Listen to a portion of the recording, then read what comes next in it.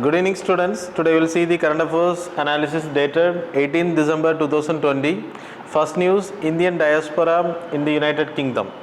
So இந்த நியூஸுக்கான main reason வந்து இந்தியாவோட ரிப்பப்ளிக் டே பரேடில் 2021 Jan 26 நடக்கக்கூடிய பரேடில் ஸோ பிரிட்டிஷோட பிரைம் மினிஸ்டர் இன்வைட் பண்ணியிருக்கோம்.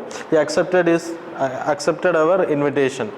ஸோ அவர் கலந்துக்கிறதுக்கான வாய்ப்புகள் அதிகமாக இருக்குது. இந்த மீன் டைமில் தான் பிரிட்டிஷோட ஃபாரின் செக்ரட்டரி இந்தியாவோட பாலிடிக்ஸும் பிரிட்டனோட பாலிடிக்ஸும் like more or less similar அப்படின்றத சொல்லியிருக்காரு. அது ஏன் அப்படின்னு சொன்னார் அப்படின்னா இதான் ரீசன்ஸ் அப்படின்றத நான் சொல்கிறேன். So and then we are invited to participate in G7. அது 2021 நடக்க இருக்கக்கூடிய G7 மாநாட்டில் நம்மளை இன்வைட் பண்ணியிருக்காங்க. லாஸ்ட் இயர் ஃப்ரான்ஸ் இன்வைட் பண்ணியிருந்தாங்க. That is also important. So இந்தியாவோட diaspora there is a huge population living outside. அதில் மெயினாக யூகேயை பொறுத்த வரைக்கும் ரொம்ப இருக்காங்க. அதுக்கான ரீசன் வந்து ஹிஸ்டாரிக்கல் பேக்ரவுண்ட். இந்தியா வந்து கொலனிக்கல் ரூல் ஆட்சி இங்கே பிரிட்டன் வந்து ரூலிங்கில் இருந்தப்போ இன்டென்ஜர்ட் லேபர்ஸ் அப்படின்ற பேரில், இன்டென்ஜர்ட் அப்படின்னா ஸ்லேவரி சிஸ்டம் மூலமாக, இல்லைனா அங்கே உள்ள லைக் கம்பெனிஸில் ஒர்க் பண்ணுற இல்லைனா பிளான்டேஷன் ஏரியாக்களில் ஒர்க் பண்ணுறதுக்கு இங்கே இருக்கக்கூடிய பீப்புள்ஸை வந்து அங்கே எடுத்துகிட்டு போனால் they are called as indentured லேபர்ஸ்னு பேர். ஸோ அவங்க ரொம்ப வருஷமாக அங்கே இருக்காங்க. அண்ட் தென் பாப்புலேஷன் எடுத்துக்கிட்டிங்கன்னா இந்தியா டயஸ்போரா வந்து ரொம்ப அதிகம். 1.8% of Britain population Indian diaspora தான் இருக்காங்க. அப்புறம் economic contribution from Indian side India 6% contribute பண்ணுறாங்க. அங்கே இருக்கக்கூடிய இந்தியன் டயஸ்போரா அவங்க பிரிட்டனோட ஜிடிபியில் 6% ஆர் கான்ட்ரிபியூட்டிங். அது மட்டும் இல்லை, இந்தியன் ஓன்டு கம்பெனிஸ், அசோக் லேலண்டாக இருக்கட்டும், இந்த மாதிரி கம்பெனிஸ் நிறைய அங்கே இருக்குது.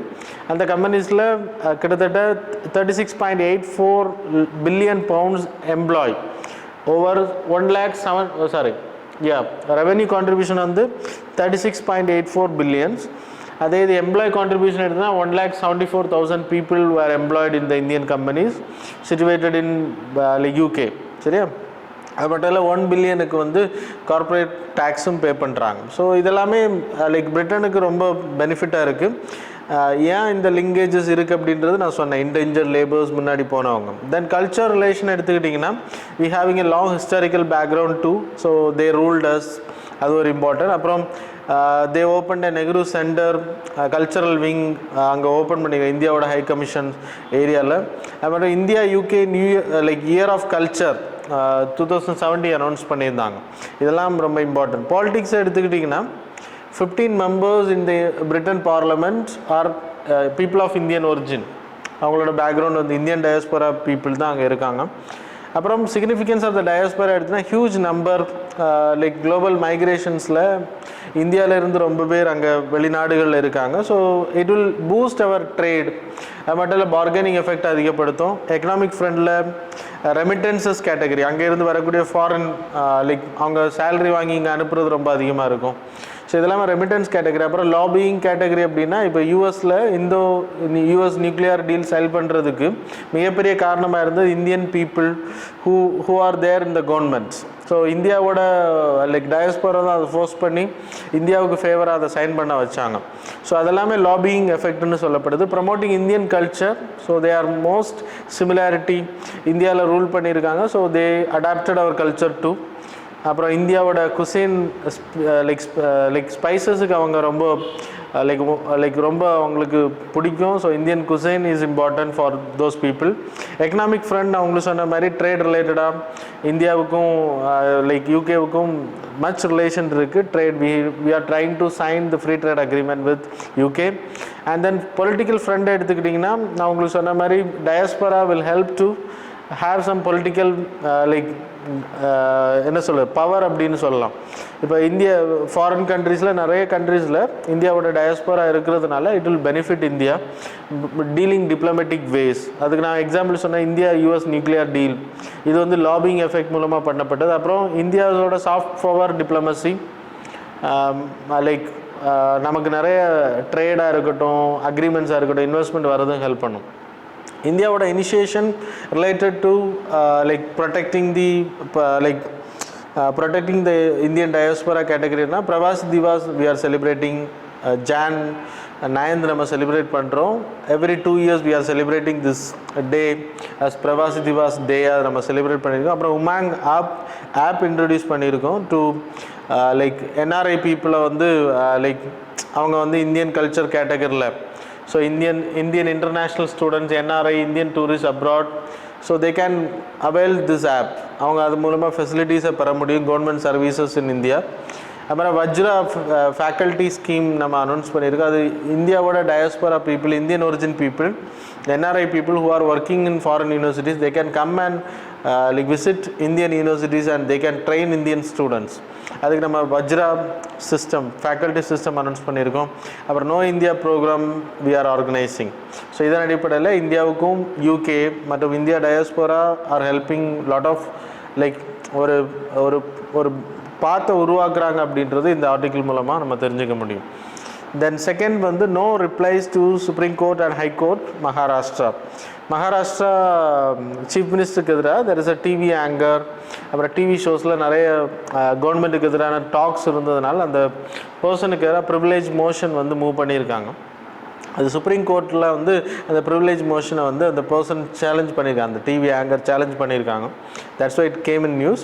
அப்புறம் சுப்ரீம் கோர்ட் வந்து இப்போது அந்த ப்ரிவிலேஜ் மோஷனுக்கு வந்து லைக் பண்ணக்கூடாது அப்படின்றது சொல்லியிருந்தாங்க. ஆனால் அதையும் மீறி இவங்க பண்ணியிருக்காங்க. Without any notice, without any like information they are doing. அது கொடுக்க தேவையில்லை, ரிப்ளை பண்ண தேவையில்லை அப்படின்றத சொல்லி அவங்க பண்ணிகிட்ருக்காங்க. அதுக்கான ரீசன் என்ன அப்படின்னா article 194 as the speaker has the power to initiate power and ப்ரிவிலேஜஸை பாதுகாக்கிறதுக்கான அத்தாரிட்டி யாருக்கு இருக்குன்னா ஸ்பீக்கருக்கு இருக்குது. ஆர்டிகிள் 212 என்ன சொல்லுது அப்படின்னா ஒரு ஹவுஸோட லெஜிஸ்லேட்டிவ் ஆக்ஷன் எப்படி நடக்கணும், எதை பண்ணணும் எதை பண்ணக்கூடாதுன்ற டிசைட் பண்ணக்கூடியது ஹவுஸோட அத்தாரிட்டி. இட்ஸ் நாட் லைக் ஜுடிஷியரியோட அத்தாரிட்டி கிடையாது. ஸோ ஜுடிஷியரி இன்டர்ஃபியர் ஆகிறது அந்த ஆர்டிக்கிள் வந்து ரெஸ்ட்ரிக்ட் பண்ணுது. ஸோ அதுவும் சொல்லப்படுது. So it's a part of basic structure அப்படின்றத சொல்கிறாங்க. அதனால் high court or Supreme Court interfere பண்ணுறது இட்ஸ் நாட் குட் அப்படின்றத இந்த ஆர்டிக்கிளோட explanation. So anyway they moved this and then process நடந்திருக்கு லெஜிஸ்லேட்டிவ் கவுன்சில்ஸில். That is not important, that is politics. Privilege மோஷன்னா என்னென்னு தெரிஞ்சுருக்கணும். அப்புறம் லைக் ப்ரிவிலேஜ் மோஷனில் என்னென்ன பனிஷ்மெண்ட்ஸ் கொடுக்க வாய்ப்பு இருக்குது, கர்நாடகா சைடில் பண்ணியிருக்காங்க ஜேர்னலிஸ்ட்டுக்கு எதிராக. ஸோ இதெல்லாமே நீங்கள் தெரிஞ்சுக்க வேண்டிய விஷயங்கள். ஸோ ப்ரீச் ஆஃப் பார்லிமெண்ட்ரி ப்ரிவிலேஜஸ்னால் ஒரு மெம்பர் இல்லைனா ஒரு பர்சன் வந்து பார்லிமெண்ட்ரி ப்ரிவிலேஜஸ் இல்லைனா ஸ்டேட் லெஜிஸ்லேச்சர்ஸோட ப்ரிவிலேஜஸை அவமதிக்கும் போது தே கேன் பி பனிஷ்ட். அதை வந்து யார் விசாரிக்கலாம் அப்படின்னா ஸ்பீக்கர் விசாரிக்கலாம், இல்லைன்னா அவங்க ஒரு கமிட்டி அமைச்சு அதன் மூலமாக விசாரிக்கப்படலாம். அண்ட் தென் ப்ரூவ் பண்ணப்படும் போது they can be punished before the house. அதான் இந்த ஆர்டிக்கிளோட எக்ஸ்ப்ளனேஷன். ரோல் ஆஃப் ஸ்பீக்கர் எடுத்துன்னா அவங்க தான் அதை டிசைட் பண்ணுவாங்க. கமிட்டி என்கொயர் பண்ணுறதா இல்லை அவங்க என்கொயரிங் பண்ணுறதா அப்படின்றது. ஸோ ரூல்ஸ் ஆஃப் கவர்னிங் ப்ரிவிலேஜஸ்னால் ரூல் 22 ஃபார் லோக்சபாவுக்கு தனி ரூல் புக் இருக்குது, அது மாதிரி ராஜ்யசபாவுக்கு இருக்குது. ஸோ ஸ்டேட்டுக்கு வந்து லோக்சபாவோட கேட்டகரி வரும், சரியா. லெஜிஸ்லேட்டிவ் கவுன்சில் அப்படின்றப்போ ராஜ்யசபா கேட்டகரி வரும். So that's all. Then third வந்து scheme for approval of hygiene rating audit agencies. Quality Council of India launch பண்ணியிருக்காங்க. இப்போ hotels we are taking lot of food from outside. FSSAI மூலமாக தான் இது launch பண்ணப்பட்டிருக்கு. Implementing வந்து QCI. இதோட main purpose என்ன அப்படின்னா இப்போ ஃபுட்ஸ் வந்து சேஃப்டியாக இருக்கணும். அது ஹைஜீன் ரேட்டிங் ஆடிட் ஏஜென்சிஸ் அப்படின்ற ஒரு ஏஜென்சியை உருவாக்குறாங்க. அவங்க என்ன பண்ணுவாங்கன்னா ஒவ்வொரு ஹோட்டல்ஸுக்கும் ஒரு ரேட்டிங் ப்ரொவைட் பண்ணுவாங்க ஹைஜீன்ஸ் அடிப்படையில். அதன் அடிப்படையில் customers can know whether it is a very good hotel, hygienic food தான் கொடுக்குறாங்களா அப்படின்ற அதன் மூலமாக தெரிஞ்சுக்க முடியும். That's a important thing. The Quality Council of India, it set up organization partnership with Indian industries, that is Ashok Cham, CCI, FICCI அதை சேர்ந்த ஒரு குழுமம் தான் இந்த QCI அப்படின்றது. 1997 உருவாக்கப்பட்டிருக்கு. ஸ்வச் பாரத் மிஷன்லேயும் இவங்க தான் அந்த குவாலிட்டி சர்டிஃபிகேட் ப்ரொவைட் பண்ணுறவங்க. Then fourth challenges faced by WTO. இப்போ COVID-19 சுச்சுவேஷன்லேயும் சரி, WTO 1995 உருவாக்கப்பட்டதுலேருந்து lot of reforms happened. Anyway, still challenges are continuing. அதான் இந்த ஆர்டிக்கிளோட எக்ஸ்ப்ளனேஷன். COVID-19 டைம் பீரியட்லையும் வேர்ல்டோட ட்ரேட் வந்து ரூல் பேஸ்டாக இல்லை அப்படின்றது இந்த ஆர்டிக்கிளோட எக்ஸ்ப்ளனேஷன். மெயின் என்னென்னா சைனாவோட கேபிட்டலிசம், சைனாவோட ஆதிக்கம் அதிகமாக இருக்குது குளோபல் சப்ளை செயினை பாதித்ததில். அப்புறம் சைனாவுக்கு யூஎஸுக்கான ட்ரேட் வார் லைக் அது ஒரு பெரிய அளவில் ட்ரேடை பாதிச்சு அப்படின்னு சொல்லப்படுது. அப்புறம் அப்லேட் பாடி, ஸோ ஹூ வில் ஜட்ஜ் டிஸ்பியூட்ஸை வந்து சால்வ் பண்ணுறவங்க இல்லைனா ரெசல்யூஷன் மெக்கானிசம் பண்ணுறவங்க, அந்த அப்லேட் பாடியில் அப்பாயிண்ட் பண்ணக்கூடிய ஜட்ஜஸ், அந்த மெம்பர்ஸை வந்து அப்பாயிண்ட் பண்ணுறதை யூஎஸ் வந்து அலோவ் பண்ணலை, வீட்டோ பவர் மூலமாக அதை ஸ்டாப் பண்ணி வச்சுருக்காங்க. அது ஒரு ப்ராப்ளமாக. Lack of transparency, negotiations, members கூட என்ன நடக்குது. அப்புறம் இ-காமர்ஸ் கேட்டகரி WTOவில் இன்னும் ஆட் பண்ணப்படலை, அது வந்து ஒரு பெரிய இஷ்யூவாக சொல்லப்படுது. பேண்டமிக் சிச்சுவேஷன்ஸ் இ-காமர்ஸோட இம்பார்ட்டன்ஸை சொல்லி கொடுத்துருக்கு. So e-commerce have to be regularised, rule based ஆர்டரில் இருக்கணும் அப்படின்றது. அப்புறம் அக்ரிகல்ச்சர் அண்ட் டெவலப்மெண்ட் எடுத்துன்னா அக்ரிமெண்ட் ஆன் அக்ரிகல்ச்சர் கேட்டகரிலையும் டிஸ்பியூட்ஸ் இருக்குது. அதுக்கான காரணம் என்னென்னா தேவையில்லாத சப்சிடிஸ், ஃப்ரீ ஃபுட்டு கொடுக்குறது எல்லாமே வந்து against the WTO norms of agreement on agriculture. அப்போ நம்ம இந்தியாவை பொறுத்தவரை we are providing lot of food subsidies. அது ஒரு லிமிட்டை தாண்டும் போது it will affect the like other countries. So அதனால் நிறைய கண்ட்ரிஸ் இப்போ ஃபுட் சப்சிடி ப்ரொவைட் பண்ணுறாங்க even in pandemic situation. So அதெல்லாமே இஷ்யூவாக சொல்லப்படுது. இதெல்லாம் ரிஃபார்ம் பண்ணப்படணும் அப்படின்றது இந்த ஆர்டிக்கிளோட explanation. The next 5th one வந்து national security directive. Cabinet committee on security வந்து ஒரு new national security directive on telecommunication sector announce பண்ணிடுது. அதுக்கான மெயின் ரீசன் என்ன அப்படின்னா, ஹுவாய் நிறுவனம், STE நிறுவனங்கள் உங்களுக்கு தெரியும், சைனாவோட இந்த 2 நிறுவனமே சைனாவோட நிறுவனங்கள். இது 5G லான்ச்சிங்கில் ட்ரையலில் இருக்கக்கூடிய நிறுவனங்கள். So and then they having access in all technologies. So telecommunications, நீங்கள் மோடம்ஸ்லேருந்து எல்லாமே அவங்க தான் ப்ரொவைட் பண்ணிகிட்டு இருக்காங்க ஆல் ஓவர் த வேர்ல்டு. அப்படின்றப்ப நிறைய நாடுகளை இவங்க சைனாவுக்காக ஸ்பை பண்ணுறாங்க அப்படின்ற பக்ஸ் மூலமாக ஸ்பை பண்ணுறாங்க, டேட்டாஸ் திருடுறாங்க அப்படின்றது மிகப்பெரிய கம்ப்ளைண்ட்டாக இருக்குது. அதை தடுக்கிறதுக்காக இப்போது ஏர்டெல்லாக இருக்கட்டும், வோடஃபோனாக இருக்கட்டும், அவங்களோட மோடத்தை டைரெக்டாக யூஸ் பண்ணுறதில்ல, ஹுவாய் நிறுவனத்தோட மோடத்தை யூஸ் பண்ணுறாங்க, STEயோட மோடம் யூஸ் பண்ணுறாங்க ஃபார் ப்ரொவைடிங். ஸோ இவங்கெல்லாம் சர்வீஸ் ப்ரொவைடர், ஏர்டெல் வந்து சர்வீஸ் ப்ரொவைடர், மோடம் வந்து ப்ரொவைட் பண்ணுறது அவங்களா இருக்கும். ஸோ இப்போ BSNL அதே மாதிரி ப்ராசஸ், OFC கேபிளுக்கும் அந்த மாதிரி ப்ராசஸ் பண்ணிகிட்ருக்காங்க. அப்போது இவங்களெல்லாம் செல்ஃப் ஆடிட் பண்ண சொல்லியிருக்காங்க மத்திய அரசு. இன்ஃபர்மேஷன் செக்யூரிட்டி ஆடிட்னு பேர். இந்த பாக்ஸில் ஏதாச்சும் பக்ஸ் இருக்கா அப்படின்றத கண்டுபிடிக்கிறது சொல்லியிருக்காங்க. அண்ட் தென் எந்தெந்த நிறுவனங்கள் வந்து இந்தியாவில் இப்போ நம்ம ஸ்டாப் பண்ண முடியாது, 5G ட்ரையல்ஸை வந்து நம்ம அலோவ் பண்ணியிருக்கோம், ஆனால் we can't stop immediately, but we can restrict. அதுக்கு ஒரு கேட்டகரி எடுத்திருக்காங்க, that is trusted product and நான் ட்ரஸ்டட் ப்ராடக்ட் அப்படின்ற கேட்டகரி. அதான் இந்த நேஷ்னல் செக்யூரிட்டி டைரக்டிவ் மூலமாக கொடுக்க போகிறாங்க. இப்போ நீங்கள் வந்து இந்தியாவோட டொமஸ்டிக் ப்ராடக்ட்ஸுக்கு வந்து ட்ரஸ்டட் ப்ராடக்ட் அப்படின்ற ஒரு சர்டிஃபிகேஷன் நம்ம கொடுப்போம்.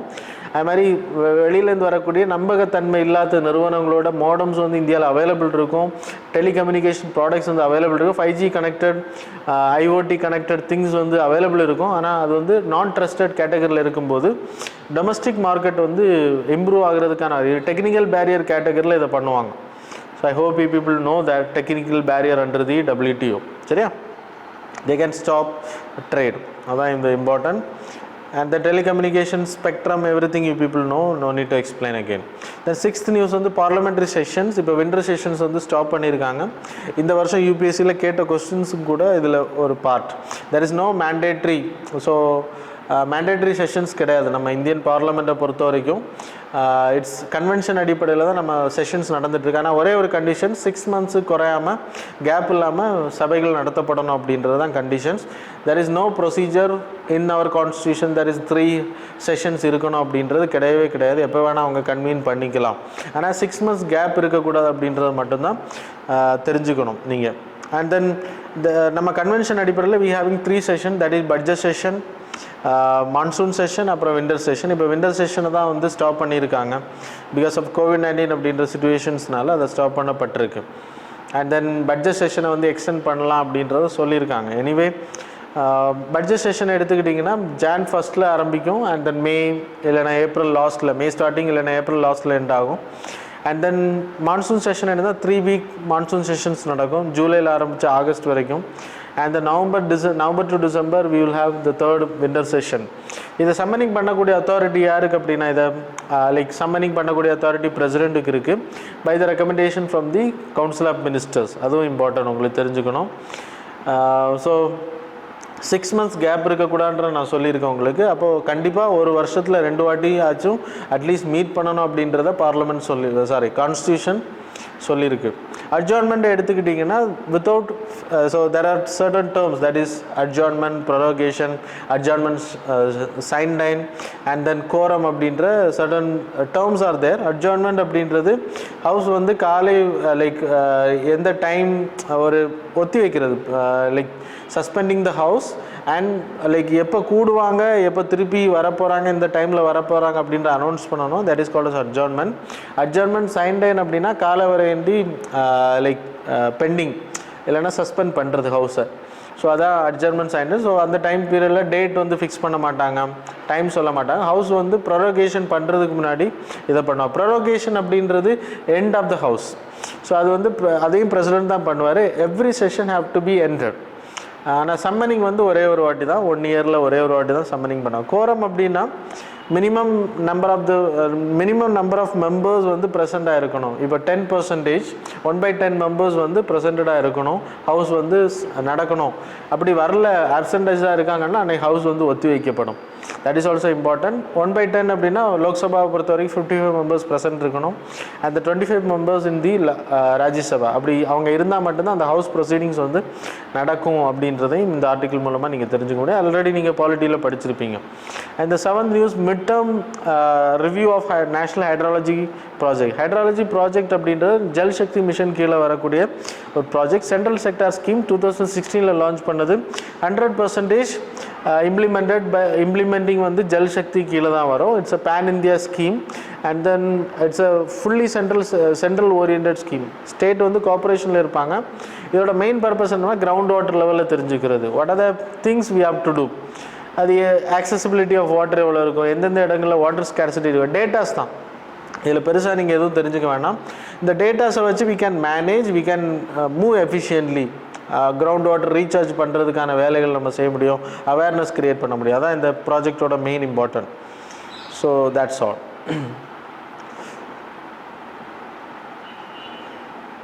தென் 8th வந்து Young Champions of the Earth United நேஷனோட award. Every year UNEP United Nation Environment Programme இதை ப்ரொவைட் பண்ணிகிட்ருக்காங்க. இப்போ இந்தியாவை சேர்ந்த 7 வின்னர்ஸ் அனௌன்ஸ் பண்ணியிருக்காங்க. Every year they are providing. யாரெல்லாம் கிளைமேட் சேஞ்ச் இல்லைனா என்வாயர்மெண்ட் ப்ரொடெக்ட் பண்ணுறதுக்கான டெக்னாலஜி அனௌன்ஸ் பண்ணுறாங்களோ அதுக்கு எல்லாமே வந்து இந்த அவார்ட் ப்ரொவைட் பண்ணிகிட்ருக்காங்க. கேஷ் ப்ரைஸும் இதுக்கு இருக்குது. அதில் 7 பேருக்கு அனௌன்ஸ் பண்ணியிருக்காங்க. அதில் ஒருத்தர் இந்தியர் அப்படின்றது. 30 இயர்ஸ் ஏஜ் வரைக்கும் இருக்கக்கூடிய பர்சன்ஸுக்கு வந்து இந்த 18லேருந்து 30 ஏஜ் வரைக்கும் இருக்கிறவங்களுக்கு ப்ரொவைட் பண்ணுறாங்க. The names are not important, but Indian இருக்கிறதுனால you have to know the name. State public service commissions எக்ஸாம்ஸில் கேட்கலாம்.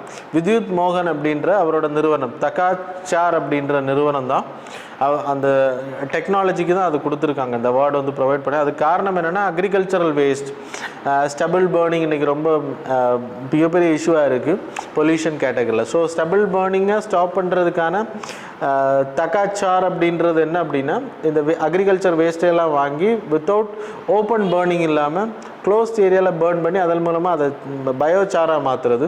அந்த பயோசாரை நம்ம வந்து கோல் இண்டஸ்ட்ரீஸில் எரிபொருள் தயாரிக்கிறது பயன்படுத்த முடியும். ஸோ பொல்யூஷன்ஸ் வந்து ரொம்ப அதிகமாக இருக்காது அப்படின்றது அந்த ஆர்டிக்கிளோட எக்ஸ்ப்ளனேஷன். ஸோ ப்ரொசீஜர் எல்லாமே போட்டிருக்காங்க. So it will benefit the farmers etcetera and then பொல்யூஷனை இது ஸ்டாப் பண்ணும். That's all. சரியா? The 9th news, India Indonesia coordinated patrol. So இது லைக் இண்டோ கார்பரேட் அப்படின்னு பேர். நேவல் செக்யூரிட்டியை ஸ்ட்ரென்தனிங் பண்ணுற. We are having like yearly we having this CORPAT exercise between India and Indonesia. இது இப்போது லைக் இந்தியாவோட எக்ஸ்க்ளூசிவ் எக்கனாமிக் ஜோன், இந்தியன் ஓஷனோட exclusive economic zone category நம்ம பார்டரில் அதை நடத்தியிருக்காங்க. இன்டர்நேஷ்னல் மேரிடைம் பார்டர் லைனில் தான் இதை கண்டக்ட் பண்ணியிருக்காங்க. That's why it came in news. அது மட்டும் இல்லை, இது டெரரிஸ்ட் ஆக்டிவிட்டீஸை தடுக்கிறது ஹெல்ப் பண்ணோம் நம்மளோட ஜாயிண்ட் எக்ஸசைஸ். அப்புறம் இல்லீகல் லைக் அன்ரெகுலேட்டட் ஃபிஷ்ஷிங், அப்புறம் பைரசியை தடுக்கிறதுக்கெல்லாம் இது ஹெல்ப் பண்ணோம். Drug trafficking, maritime terrorism, robbery, piracy etcetera. So these are the things are important. And then other military exercise with Indonesia எடுத்துக்கிட்டா சமுத்திர சக்தி, that is bilateral maritime exercise, அப்புறம் கருட சக்தி joint military exercise. So these are the things you people have to know. So that's all about today's current affairs, students. Saturday and Sunday we will discuss on Monday. So thanks a lot for joining with us.